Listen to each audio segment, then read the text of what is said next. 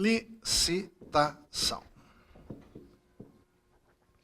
A gente sabe que, num primeiro momento, quando fazem perguntas sobre licitação, eles vão cobrar a Lei 8666 de 93. Isso a gente já sabe de antemão. Tá? Talvez o artigo mais importante seja o artigo 3º, porque ali no artigo 3º da Lei 8666 de 93, trata tanto dos objetivos de uma licitação, como também trata dos princípios.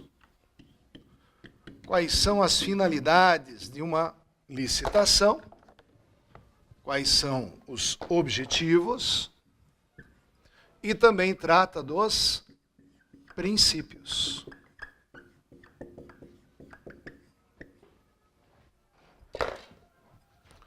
Então veja aqui, pessoal, em primeiro lugar, para que serve uma licitação? O artigo 3º menciona 3 objetivos. Em primeiro lugar, escolher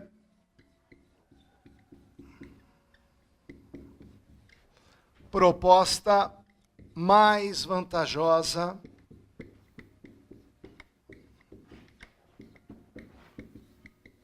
para a administração pública.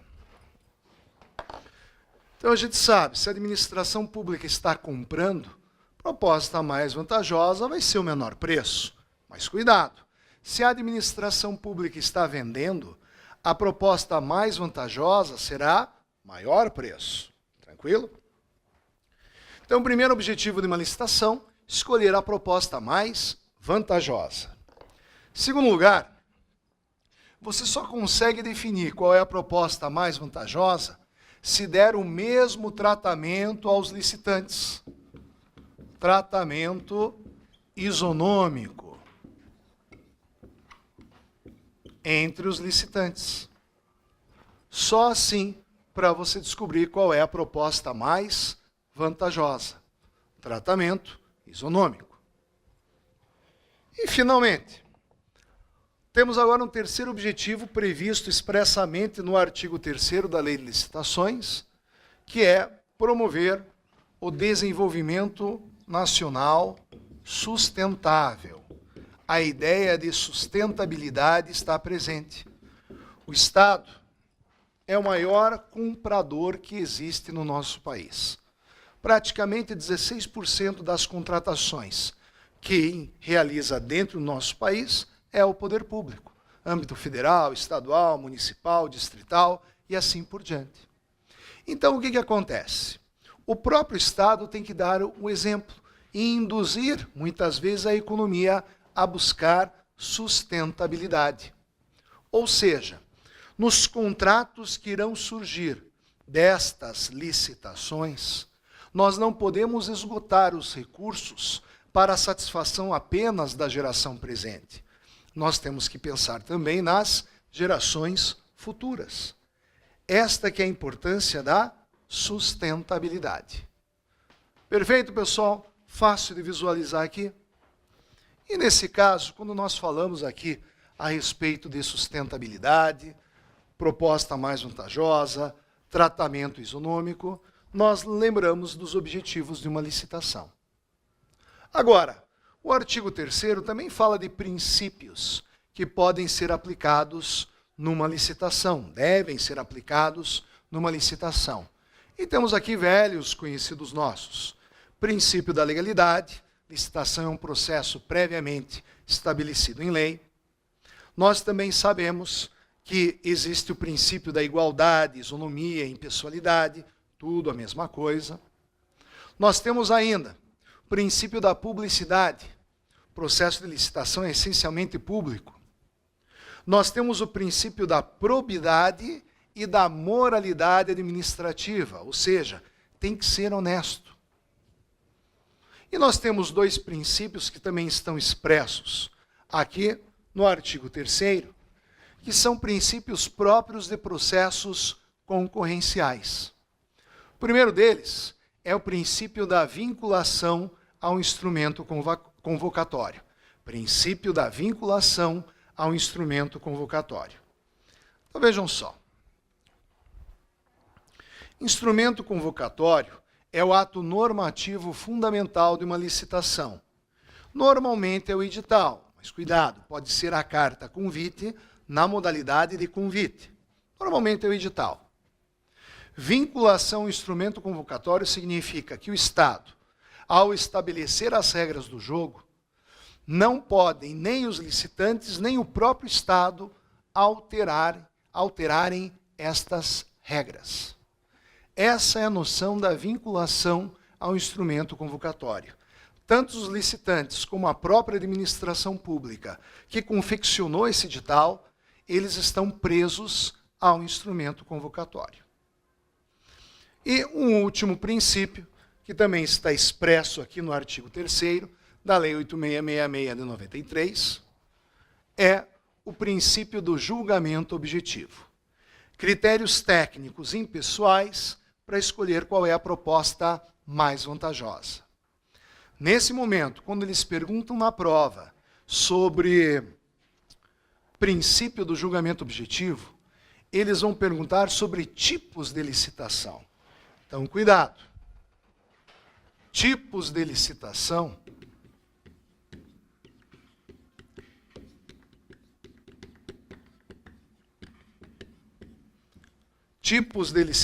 nós vamos encontrar no artigo 45, parágrafo 1º da Lei 8666 de 93. Nós temos 4 tipos de licitação. Menor preço. Mais objetivo do que esse não tem. Menor preço. Melhor técnica. Melhor técnica. Técnica e preço. Técnica e preço. E, finalmente, maior lance ou oferta. 4 tipos de licitação. Uma classificação quanto à forma de julgamento. Julgamento objetivo. Menor preço, melhor técnica, técnica e preço, maior lance ou oferta. Não confundam tipos de licitação com modalidades de licitação. Modalidades de licitação é uma classificação quanto ao procedimento. Daí você lembra, concorrência, tomada de preços, convite, concurso, leilão e pregão. São as modalidades de licitação. Diz respeito ao procedimento. Diz respeito à forma de julgamento, tipos de licitação. Menor preço, melhor técnica, técnica e preço, maior lance ou oferta. Meus amigos, para fechar aqui a nossa revisão, o tema que mais cai em prova objetiva sobre licitação, o tema que mais cai é o tema que trata de hipóteses aonde o gestor público não precisa fazer licitação. São as hipóteses de dispensa e inexigibilidade. As hipóteses de dispensa de licitação, você vai encontrar no artigo 17, inciso 1º e 2º da Lei 8666 de 93. E também no artigo 24. É um rol taxativo de hipóteses de dispensa. Agora, as hipóteses de inexigibilidade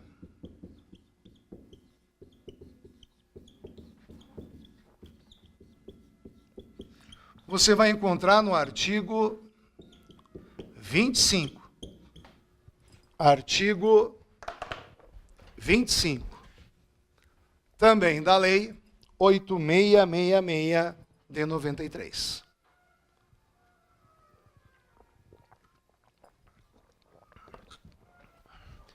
Em primeiro lugar, vamos lembrar o seguinte. A administração pública está obrigada a fazer licitação como regra.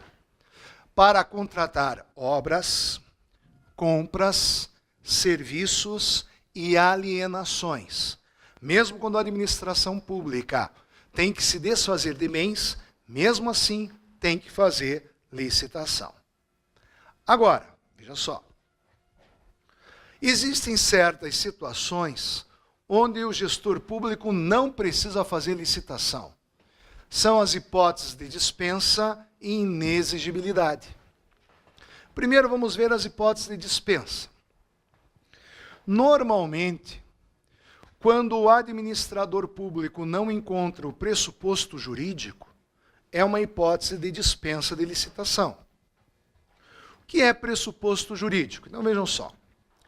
Você só realiza a licitação para atingir um interesse público. A partir do momento em que você, realizando licitação, prejudica o interesse público, então você não faz licitação. É uma hipótese de dispensa. Justifica, inclusive o preço. Justifica o preço. Então imagine algumas situações, alguns exemplos. A administração pública numa situação de calamidade pública. A cidade foi inundada por causa das chuvas. As pessoas nessa cidade precisam de alimentos, precisam de medicamentos, colchões, roupas. A cidade foi inundada. Você até pode fazer uma licitação, mas por mais rápida que seja, vai demorar um mês. Daí não vale a pena. Então você justifica, calamidade pública, dispensa de licitação, faz uma contratação direta. Um outro exemplo, dramático, situação de guerra. O Brasil entra em guerra com outro país. Vai fazer licitação para comprar alimentos para os soldados? A gente vai perder a guerra. Então o que faz? Justifica a guerra, dispensa de licitação, faz a contratação direta. Todo mundo entendeu? Agora, inexigibilidade é diferente. Porque nas hipóteses de inexigibilidade, é inviável a competição. Não dá para fazer licitação.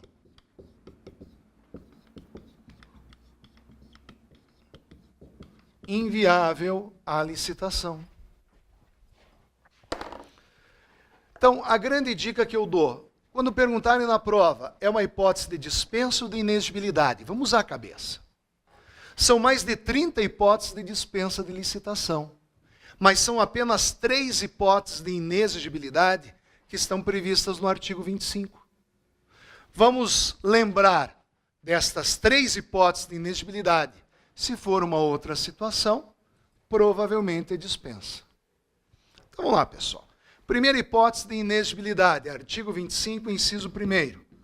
Bem único ou fornecedor exclusivo. Vejam como é inviável a competição.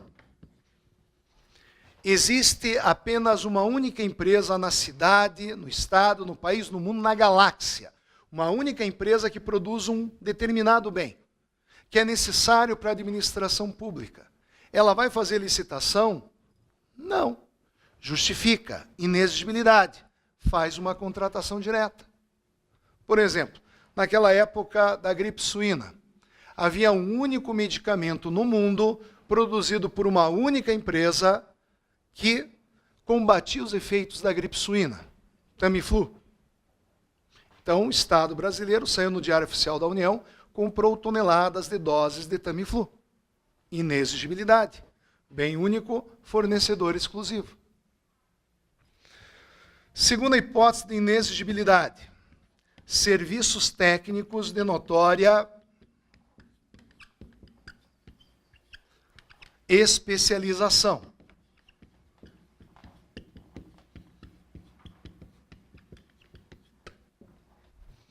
Serviços técnicos de notória especialização. Pela sua natureza singular, são contratados diretamente, inviável à competição,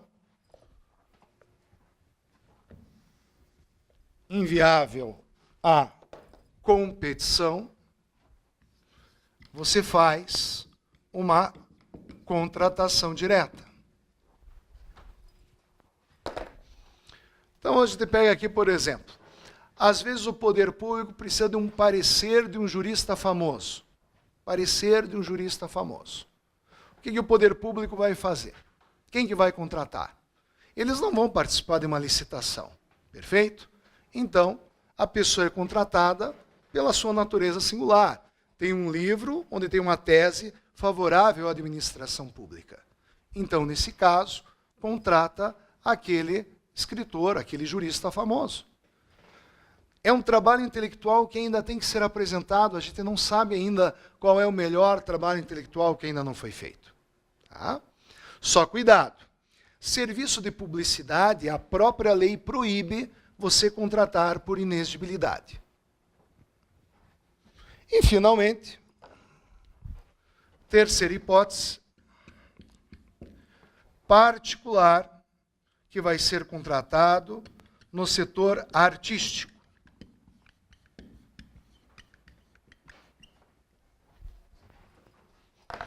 Profissional do setor artístico, desde que consagrado pela opinião pública ou pela crítica especializada.